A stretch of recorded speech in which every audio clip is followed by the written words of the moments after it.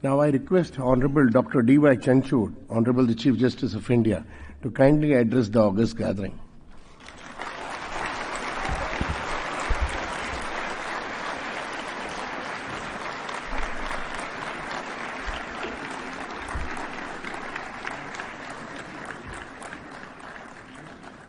A very good evening to everyone here this evening.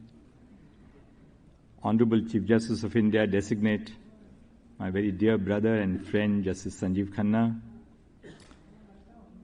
distinguished sister and brothers judges of the Supreme Court, Mr. R. Venkatramani, the Learned Attorney General for India, Mr. Tushar Mehta, the Solicitor General, Mr. Kapil Sibal, the President of the Supreme Court Bar Association, Ms. Rachna Srivastav, Vice President of SCBA, Vikrant Yadav, the Secretary, and all the office bearers of SCBA, and of course, Skora, Vipin Nair, Amit Sharma, Nikhil Jain, and all the other members, the members of the registry, all the senior and junior lawyers who have come in such large numbers that you have truly left me humbled, my own family.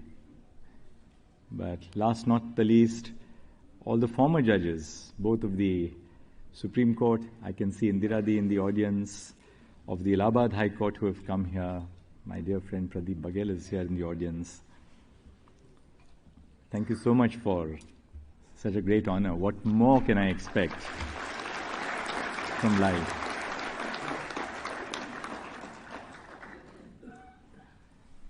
I'll begin with a little story about flowers, because I was thinking that the second bouquet was for Brother Sanjeev, and when the second bouquet came for me, and then there were two bouquets for Brother Sanjeev as well. When I became Chief Justice of the Allahabad High Court, on an average, at every bar functions, there would be about 25 to 30 marigold garlands which were placed on your collar. And of course, when I went home, Kalpana would say that these marigold flowers tend to damage your shirt, and then it's very difficult to get the color off. So I began by telling the president of the Bar Association, I said, ये आप फूल देने का कष्ट ना करें, कितना पैसा खर्च करते हैं आप? So he said, नहीं जी, ऐसा नहीं है, अब इतना प्यार है, सभी का प्यार है. Then I said, but कष्ट आप ना लें इतने फूल देने का. At which point of time he told me the eternal truth. And he said, ये फूल आपके लिए नहीं देते हैं चीफ साहब, ये हमारे लिए देते हैं. थोड़ा सा फोटो वोटो भी हो जाता है आपके साथ. बट सच में आज जो फूल मिले हैं मुझे, ये मैं दिल से मुझे पता चला कि ये फूल मेरे लिए थे.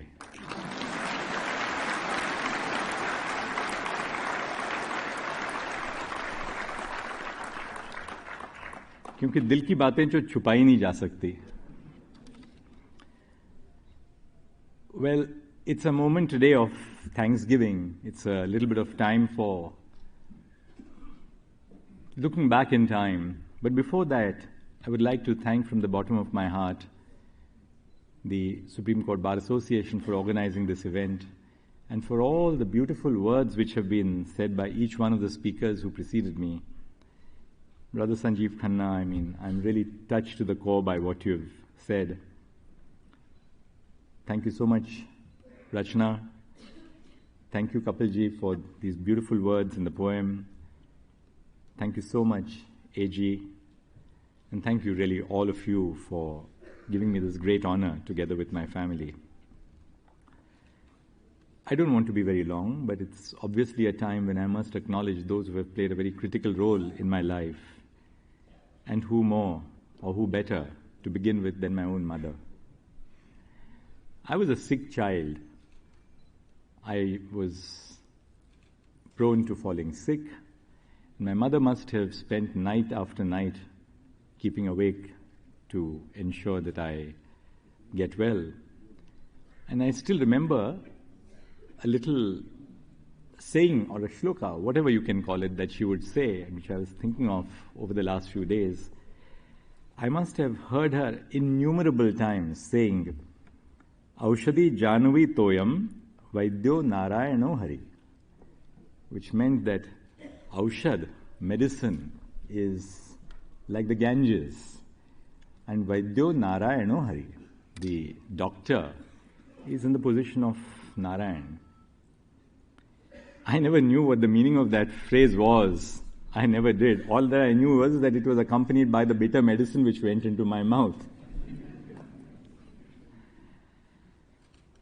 She told me when I was born, I was growing up, that I have named you Dhananjay, but the dhan in your Dhananjay is not material wealth. I want you to acquire knowledge.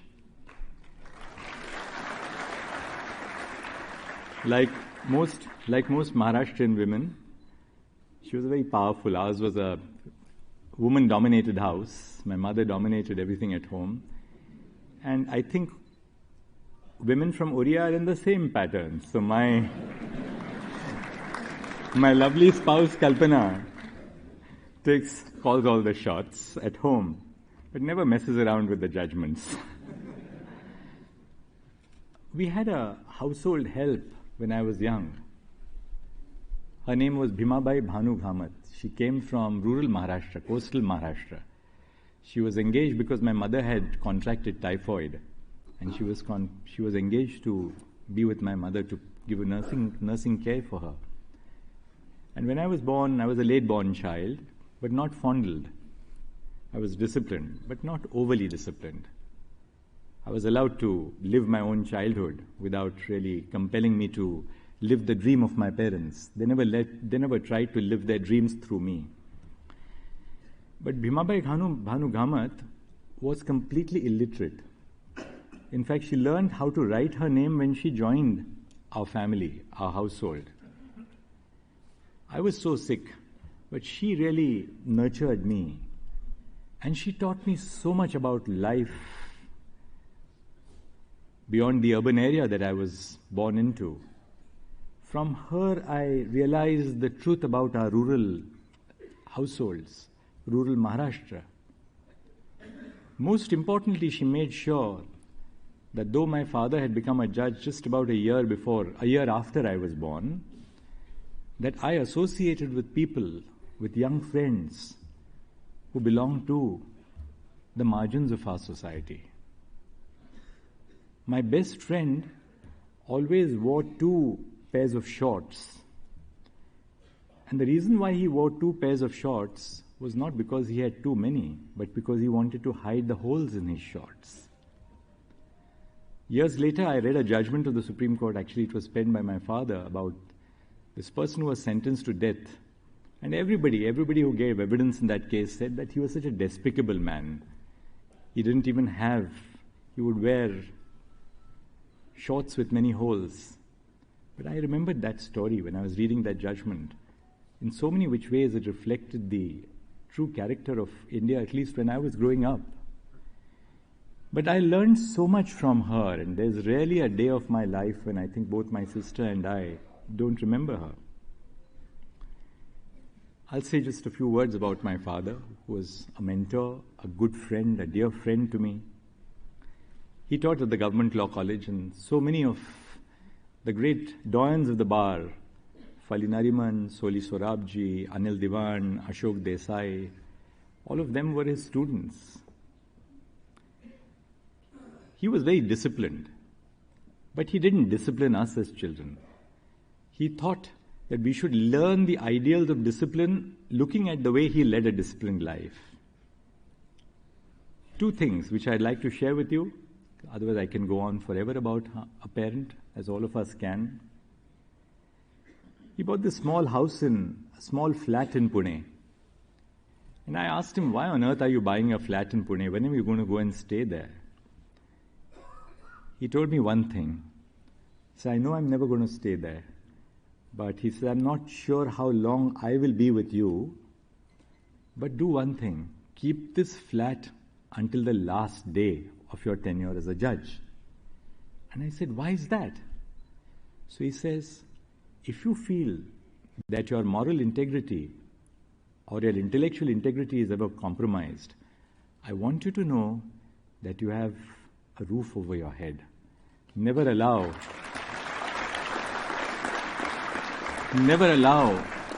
Never allow yourself to be compromised, either as a lawyer or as a judge, because you have no place of your own. When I was young and I was growing up and I was in Delhi University, everyone you had to do a subsidiary subject, and all my friends were taking either philosophy. Most of them were taking philosophy, which was a subject where you read for one evening and passed. You had to only pass. But my father insisted that I should take up Hindi. Now, I knew only Bombaya Hindi. But he insisted that I took Hindi, and it was a difficult call. But in the course of learning Hindi in college, I came across Mahadevi Verma, Jaishankar Tripathi, Nirala, Ramdhari Singh Dinkar, and so many.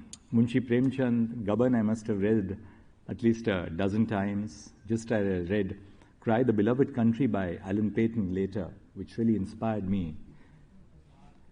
So he inspired me to do Hindi. Almost 30 years later, when I was to go to the Allahabad High Court, I realized how important it was, because very often the advocacy in English would end with, "Please, Your Lordship." And then lawyers would accept me so much better because they realized the frailties of my tongue, of my language. But they felt that I had reached out to them in a language which was close to their heart. And that's one of the lessons which I learned, of trying to reach out to people in areas which make a difference to their lives. So the last 24 years of being a judge have been filled with challenges, they've been filled with triumphs, they have been filled with personal tragedies, they've been filled with unlimited personal happiness. But as a judge, what is it that really makes you tick? I'll just tell you a few incidents which have really made me tick in the last so many months. Yes, you write judgments which make a difference to the nation. You write important judgments on constitutional law. And we've got this complexity of law before us now. The Insolvency and Bankruptcy Code, the Electricity Act, the Competition Act. You just name it and you have new and complex areas of law coming up before us. But truly, what makes us tick as judges is the impact which we have on the lives of common citizens. Just yesterday, last week, Brother Pardiwala, Brother Mishra and I had passed an order allowing for 2 visually challenged candidates to appear at the interview of the Rajasthan Judicial Service Examination. They were ousted on the ground that they were disabled and they didn't meet the benchmark disability requirement.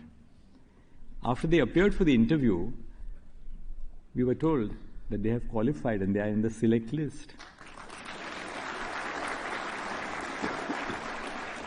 That's what makes us tick. 2 weeks back, an aspiring doctor with myopathy of the lower limbs was told that his disability is more than 88%. And therefore he was told that he cannot become a doctor. But he had scored so well in the NEET undergraduate examination. 2 medical boards said that he is not worthy of becoming a doctor because his disability is very high, but his mind was brilliant. We got him examined by a 3rd medical board and then passed an interim order that student must be enrolled to the MBBS this year, and I'm sure that the student will do well. Or what about the student from the IIT Mumbai, who was admitted to the IIT Mumbai, a child of a daily wager, who was not able to gain admission for the reason that the fee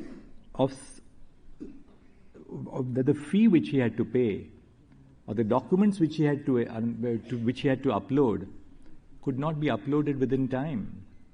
We said that he must be given admission. Or a Dalit student who was admitted to the IIT Dhanbad but couldn't conjure up 17,500 rupees to gain admission to IIT Dhanbad.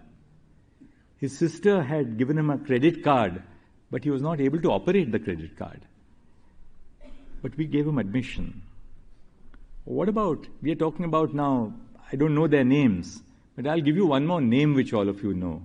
About Sara Suni, one of the members of your bar, who is both, she suffers from a hearing and a speech impairment, but who needed a sign language interpreter. And we gave her a sign language interpreter. So these are really things where you realize that a judge makes truly a difference to the lives of people. When you become a judge, the first thing that you come faced, but my father insisted that I should take up Hindi. Now, I knew only Bombaya Hindi. But he insisted that I took Hindi, and it was a difficult call. But in the course of learning Hindi in college, I came across Mahadevi Verma, Jaishankar Tripathi, Nirala, Ramdhari Singh Dinkar, and so many. Munshi Premchand, Gaban I must have read at least a dozen times. Just I read Cry the Beloved Country by Alan Paton later, which really inspired me. So he inspired me to do Hindi. Almost 30 years later, when I was to go to the Allahabad High Court, I realized how important it was, because very often the advocacy in English would end with, "Please, Your Lordship." And then lawyers would accept me so much better because they realized the frailties of my tongue, of my language. But they felt that I had reached out to them in a language which was close to their heart. And that's one of the lessons which I learned, of trying to reach out to people in areas which make a difference to their lives. So the last 24 years of being a judge have been filled with challenges, they've been filled with triumphs, they have been filled with personal tragedies, they've been filled with unlimited personal happiness. But as a judge, what is it that really makes you tick? I'll just tell you a few incidents which have really made me tick in the last so many months. Yes, you write judgments which make a difference to the nation. You write important judgments on constitutional law.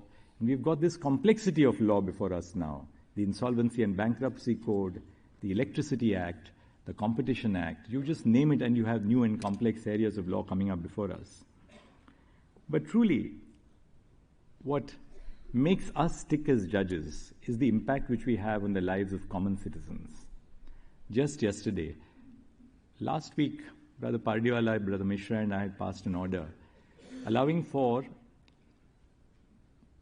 2 visually challenged candidates to appear at the interview of the Rajasthan Judicial Service Examination. They were ousted on the ground that they were disabled and they didn't meet the benchmark disability requirement. After they appeared for the interview, we were told that they have qualified and they are in the select list. That's what makes us tick. 2 weeks back, an aspiring doctor with myopathy of the lower limbs was told that his disability is more than 88%, and therefore he was told that he cannot become a doctor. But he had scored so well in the NEET undergraduate examination. 2 medical boards said that he is not worthy of becoming a doctor because his disability is very high, but his mind was brilliant. We got him examined by a 3rd medical board and then passed an interim order that that student must be enrolled to the MBBS this year, and I'm sure that the student will do well. Or what about the student from the IIT Mumbai who was admitted to the IIT Mumbai, a child of a daily wager, who was not able to gain admission for the reason that the fee which he had to pay, or the documents which he had to upload, could not be uploaded within time. We said that he must be given admission. Or a Dalit student who was admitted to the IIT Dhanbad but couldn't conjure up 17,500 rupees to gain admission to IIT Dhanbad. His sister had given him a credit card, but he was not able to operate the credit card. But we gave him admission. What about, we are talking about now, I don't know their names, but I'll give you one more name which all of you know. About Sara Suni, one of the members of your bar, who is both, she suffers from a hearing and a speech impairment, but who needed a sign language interpreter. And we gave her a sign language interpreter. So these are really things where you realize that a judge makes truly a difference to the lives of people. When you become a judge, the first thing that you come face to face with are your own fears, because as lawyers, we can decide what cases to accept and what cases not to accept. Of course, occasionally judges can recuse, but you can't recuse every evening. As a lawyer can say that, well, I'm busy in a part heard before another bench. You have to take up everything which is dished out into your daily work under the roster prepared by the Chief Justice. And I was confronted with my own fears because I was predominantly a public lawyer, a public law lawyer. And then suddenly I was catapulted into a situation where my first sitting after 11 years as a judge on the division bench was to head the tax bench. I'd done a little bit of tax work when I was Additional Solicitor General of India between 1998 and 2000.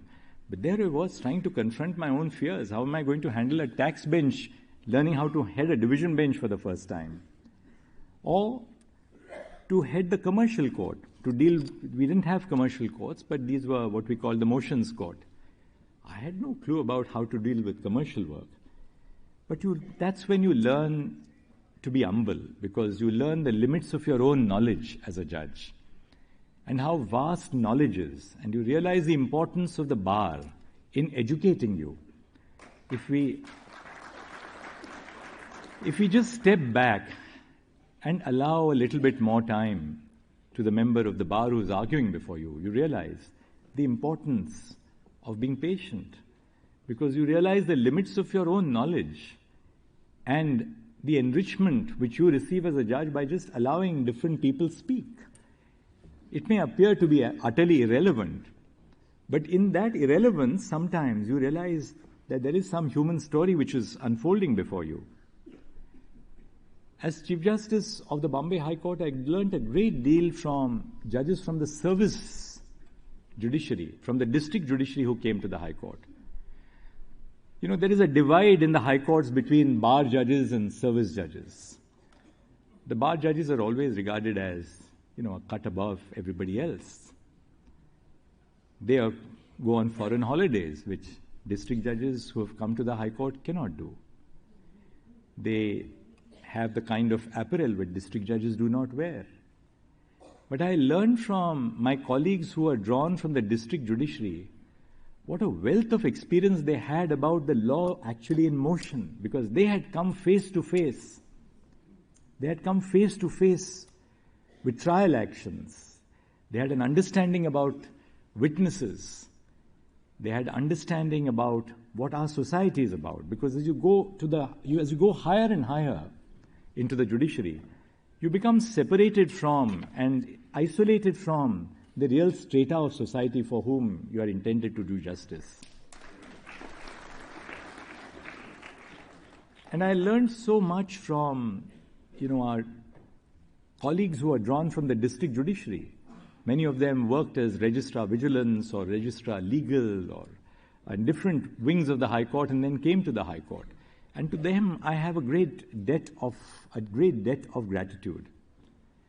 As Chief Justice of the Allahabad High Court, when I was appointed to the Allahabad High Court, before I was appointed, I was congratulated because I was told that I was becoming Chief Justice of the Delhi High Court.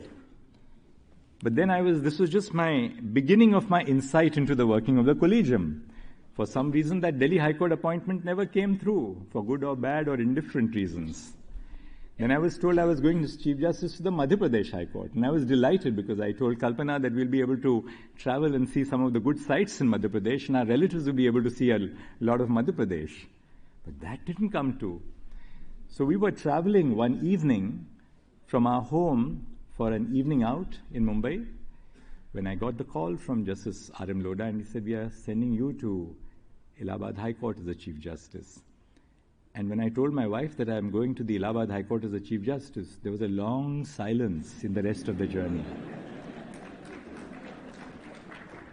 We ate our meal in absolute silence. But then I came back home and wrote a letter to the Chief Justice of India saying that I am accepting this appointment and I'll be delighted to go to the Allahabad High Court. But that experience in Allahabad changed me forever. It changed my life forever.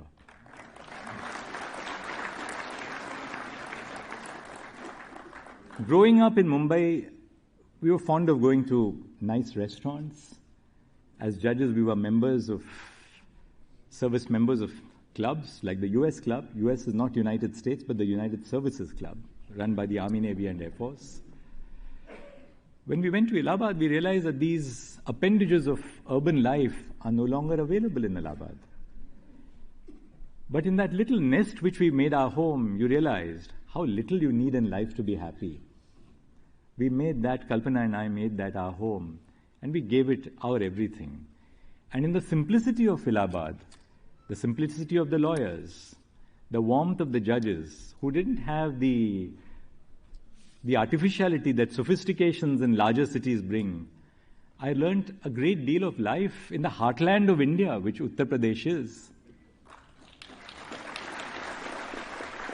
I travelled across the length and breadth of Uttar Pradesh, made great friends on the bench, not off the bench, because as a judge you get isolated off the bench.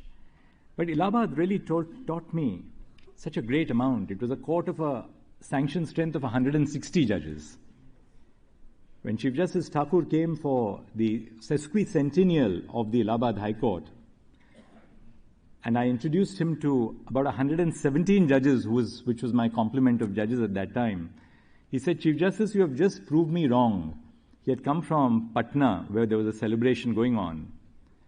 And he said, "You've just proved me wrong." And I said, "Chief, why have I proved you wrong?" He says, "I just said that there are so many judges in the Allahabad High Court that even the Chief Justice doesn't know all their names. And you know the name of every one of your colleagues." Well, what I didn't tell him was the secret. And the secret was that I had an album of photographs. And every morning over my morning cup of tea, I would keep one hand on the name and look at the photographs. And about a month or so, I had picked up all the names.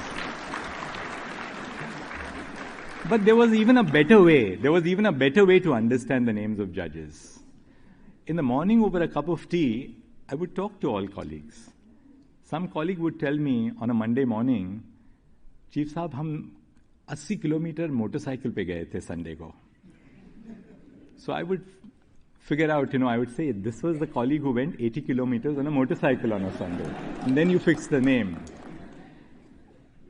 The more interesting part was when, during the course of the National Judicial Commission hearings before the Supreme Court, judges were not being confirmed. And a batch of my colleagues was due to end their tenure the next day. The file was with President Pranab Mukherjee. And I get a frantic call from my Registrar General asking me, he says, "There's a call from the President's house that we have this judge," I will not name the judge, "with an end which says Roman 4. And the President wants to know, why is this judge called Roman 4? What has happened to the first 3? For instance, if it is CJI Chandrachud 4, what has happened to 1, 2, and 3? So we had to go back to the drawing board, find out whether they were still in service or otherwise, because there were multiple judges with the same names.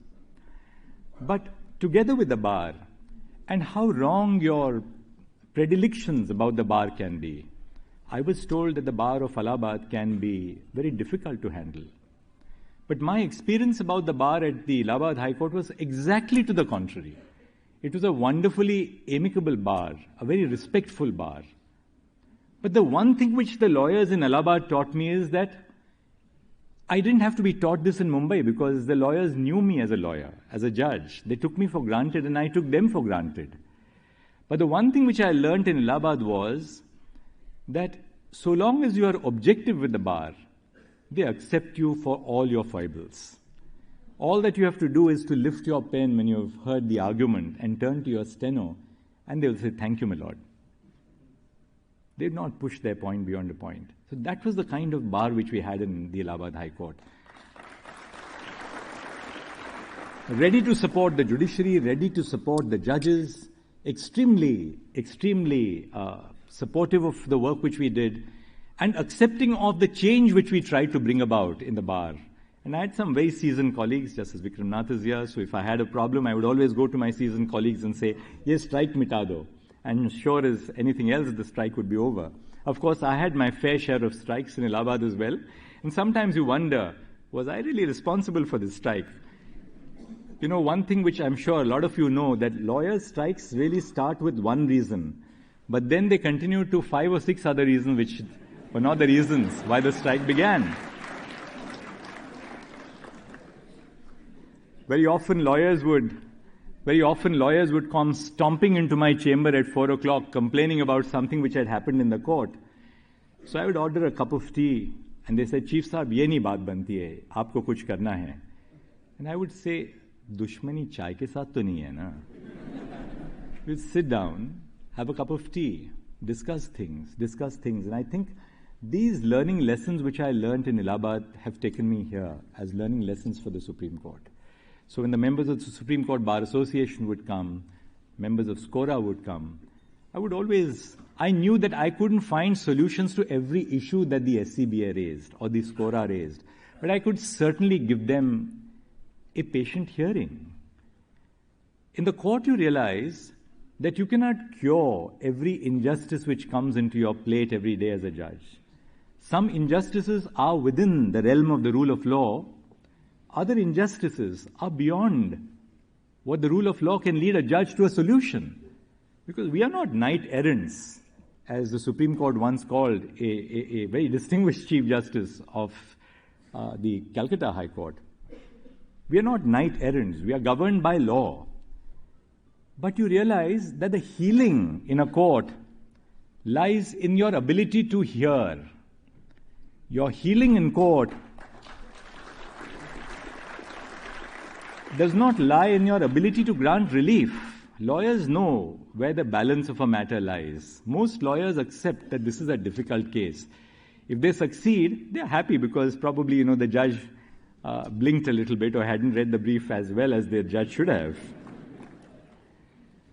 But these are some of the learning lessons of life which I have learned.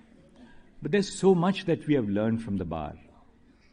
As a young lawyer, I began my practice in the Supreme Court, but then I went back to Mumbai. It was difficult going from the Supreme Court to Mumbai because in the Supreme Court you heard some of the most seminal constitutional cases every afternoon on a Tuesday, Wednesday and Thursday. When I went to Mumbai, my first brief was to mention a case before Justice Sujata Manohar. I asked the solicitor who had given me the brief on how much are you supposed to mark for mentioning a case before the judge. So he said, you mark, it's your first docket. So I said, but tell me, how much do I mark for this docket? He says, well, normally you mark 5 guineas for mentioning a matter, but since this is your first brief, I'll give you 6 guineas. Now, 5 guineas means 15 times 5, which is 75 rupees. I was allowed to mark 96 rupees, which I never really got. The Supreme Court was a completely different ballgame. I remember sitting in the court in the afternoons, hearing brilliance, absolute brilliance, whether it was Fali Nariman, Soli Sorabji. I remember Attorney General K. Parasaran arguing for 2 hours in the afternoon with nothing but the bare text of the Constitution in his hand. He was arguing an issue of legislative competence in the 7th schedule. Absolutely not a scrap of paper, no case, no precedent, just sheer brilliance on the bare text of the Constitution. And that's where we learned, whether it was Mr. R.K. Garg, the redoubtable R.K. Garg. Unfortunately, we lost to an accident. He argued the bearer bonds case, whether it was Ashok Desai, Anil Diwan, my own senior, Mr. Temten Andhyarujana, who a member of the bar said was ramrod straight. For him, nothing but the pursuit of justice justified his existence. When I went to Goa with Mr. Andhyarujana would never stay in a fancy 5-star hotel like many other seniors of his ilk did. We always stayed at the very modest Mandovi across from the High Court because he's felt that we are not going to charge the client overly for the appearance.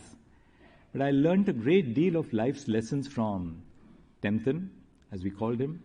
On the very first day that I entered his chamber, I said, "Good morning, sir." And Tempton looked at me and said, "There are no sirs in this chamber. You better learn to call me by my first name." So this relationship was a relationship of calling each other by our first names, but obviously a relationship of great respect, of affection, of love. So these are some of the experiences of my life which have changed me and made me the way I am. I just wanted to tell you that some of the changes we have made are in pursuance of my strong belief that sunlight is the best disinfectant. I know in so many which ways I've exposed my own personal life to public knowledge. And when you expose your own life to public knowledge, you expose yourself to criticism, particularly in today's age of social media. But so be it. My shoulders are broad enough to accept all the criticism that we have faced. The bar has responded with tremendous support in all the initiatives which we have taken. My colleagues have responded with tremendous support in all the initiatives which we have taken towards making our courts paperless. The Chief Justice can shout from the rooftops, but if the lawyers don't support the Chief and the colleagues don't support the Chief, nothing can happen. I found when I became a judge of the Supreme Court that this was a Chief Justice-centric court. In the High Courts, it's completely different. The High Court works through committees. The Supreme Court is a Chief Justice-centric court. The registry looks to one person, the Chief Justice. I thought that had to change. I experimented with constituting committees, and my experience was remarkable.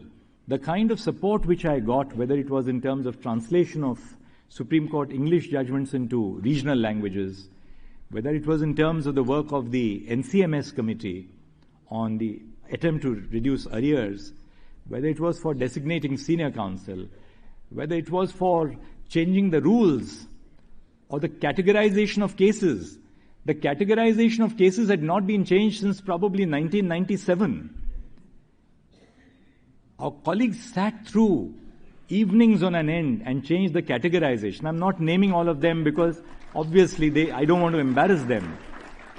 And by taking the names of some colleagues, I'll be missing out on other colleagues. But each of my colleagues has worked beyond the call of duty and accepted the work which the Chief Justice has given them. And look at what the net result today is. And with that, I'll be wrapping up. We decided to put the data of all pending cases on the public domain. All cases, whether registered or unregistered. At the time when I took over as the Chief Justice, I found that there were close to 1,500 files which had been stashed up in the cupboard of a registrar. I said, this has to change. Every case which enters the system has to be tagged with a number. Now I'll give you some figures which will tell you the kind of work which all the colleagues in the Supreme Court have done. Between 9th of November 2022 and 1st of November 2024, 1,11,000 cases were filed. 5,33,000 cases were listed and 1,07,000 cases were disposed of. Now, you've probably read somewhere that, the pendency of the Supreme Court has gone up to 82,000 cases. I want to tell you the raw data and what the truth of the matter is.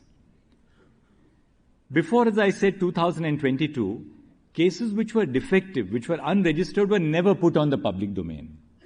They were never accounted for. On 1st of January 2020, 79,500 cases were pending before the Supreme Court, including what we now call as the unregistered or the defective cases. That number on 1st of January 2022 went up to 93,000 cases. On 1st of January 2024, the number has come down to 82,000 cases. So what the 82,000 cases which are pending does not tell you is that this number includes both the registered and the unregistered cases, and the number has decreased in the course of 2 years by over 11,000 cases. But look at the kind of support which the bar has given us by the number of cases you have filed. That shows the sense of faith which you and the public have in us. In 2020, 29,000 cases were filed in the Supreme Court. In 2023, 54,000 cases were filed in the Supreme Court. In 2024, I've taken the figures as of the beginning of this month and extrapolated them to the end of the year. About 60,000 cases will be filed in the Supreme Court. So the filing has doubled in the course of 2 years before the Supreme Court, from 29 to 60,000 cases. My colleagues, 28,682 regular cases were pending in November 2022. Today, 22,000 regular cases are pending. Why? Because on Wednesdays and Thursdays, every bench of the Supreme Court has put their heads down and disposed of old cases, with your support as a bar. If you asked for adjournments, what would a judge do? But you argued those cases. 21,000 bail cases have been filed over this period of 2 years. 21,358 bail cases have been disposed of by my colleagues. Last but not the least, I owe an eternal debt of gratitude to my collegium for the way we have worked. To Brother Justice Sanjeev Khanna, to Brother Justice Bhushan Gavai, my lovely children, Abhinav and Chintan. I keep on telling them that, look, I hardly get to see you. Why don't you come to Delhi? At least come here and argue your cases in the Supreme Court. I'll at least see you once in a month. And they said to me, Dad, we'll do that after. Why should we bring disrepute to your name and our name by coming here when you are a judge? I'm truly blessed to have children who have that ethos. To our little Priyanka and Mahi, who have taught me that there's so much more to life than what we read in the dry pages of newspapers and our briefs, who really, in that sense, shone the light on what disability really means and how you can aspire to live a dignified life, and your sense of intuition is as important or better than the intuition of any individual. To my sister, Nima and Dilip, and my brother-in-law Dilip, who have come all the way from the US to be here, they're amazing people. They have helped me to stretch the boundaries of my own capabilities by pushing me to do much more than I could have possibly achieved. And not finally, but most importantly, my own spouse, Kalpana. She is a great friend. What can I say? A great friend, my bestest friend,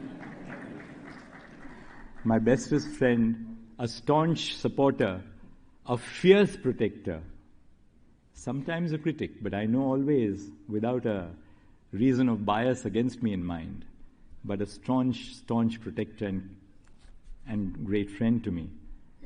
She's a person with values. She thinks about issues and believes greatly in issues. Our little Priyanka and Mahi, in particular Mahi, was responsible for my turning vegan. Kalpana turned vegan, and then I turned vegan after her. It's a quest about leading a cruelty-free lifestyle. And Kalpana always reminds me that veganism is not just about being vegan in food, but about being vegan in lifestyle. There's so much that I learn every day from Kalpana. She has instead, in that sense, been a solid source of strength and support to me. When we got married in 2008, Kalpana had extracted one promise from me. She said that I'll not wear any jewelry except that the wedding ring that you give me. She's truly that kind of a woman of character, a woman of strength. Today, as I'm talking to you about all the memories that I've gained in the last 24 years as a judge, I suddenly feel 65 years of age today. I really felt 65 years old when my usher, Rajinder, came and touched my feet. I said, अब तो बूढ़े हो गए हैं सच में. My brilliant staff in the court, my court master Sanjay, Gulshan, Chetan, Saroj, my brilliant staff at home, Chetan, Anju, Manish, people who would, Afzal, my redoubtable stenographer from Allahabad, who would wait till 11 o'clock in the night telling me, I would tell him, please go home, and Afzal would say, sir, I'm just comparing what you have written with whether the judgments actually say that. That's the kind of staff that I have had. The registry of the Supreme Court has been a source of enormous strength. I got into the registry district judges who represent the diversity of India, whether it was a person from Jharkhand, somebody from Kerala, somebody from Tamil Nadu, Maharashtra, Madhya Pradesh, Himachal Pradesh, Punjab and Haryana, Assam, Orissa. You just name the state and we gave that registry a sense of diversity in terms of inclusion as well. And I've learned so much from my registrars in the Supreme Court. They have worked beyond the call of duty. As the famous quote goes, when our memories outweigh our dreams, we have grown old. I hope I continue dreaming about the smaller things in life from now. Every person who has had a leadership role in an institution tends to feel, after me what? The deluge. And how untrue it is. There's never a deluge. Institutions are resilient and they continue.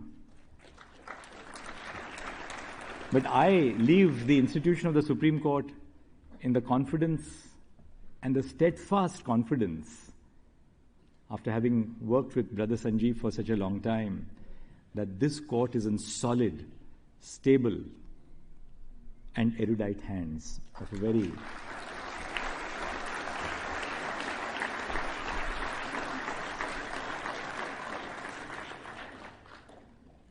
from my conversations with him have been over judgments, over cases, but the last conversations after his appointment have been about the administration of the Supreme Court. And sharing his ideas with me and learning about his ideas, I know that the Supreme Court has a bright future ahead. And for all my colleagues on the bench who have given me unstinted support and affection, thank you very much. I said in the court this afternoon that if I have hurt anybody, I can only say, Michhami Dukkadam. Thank you.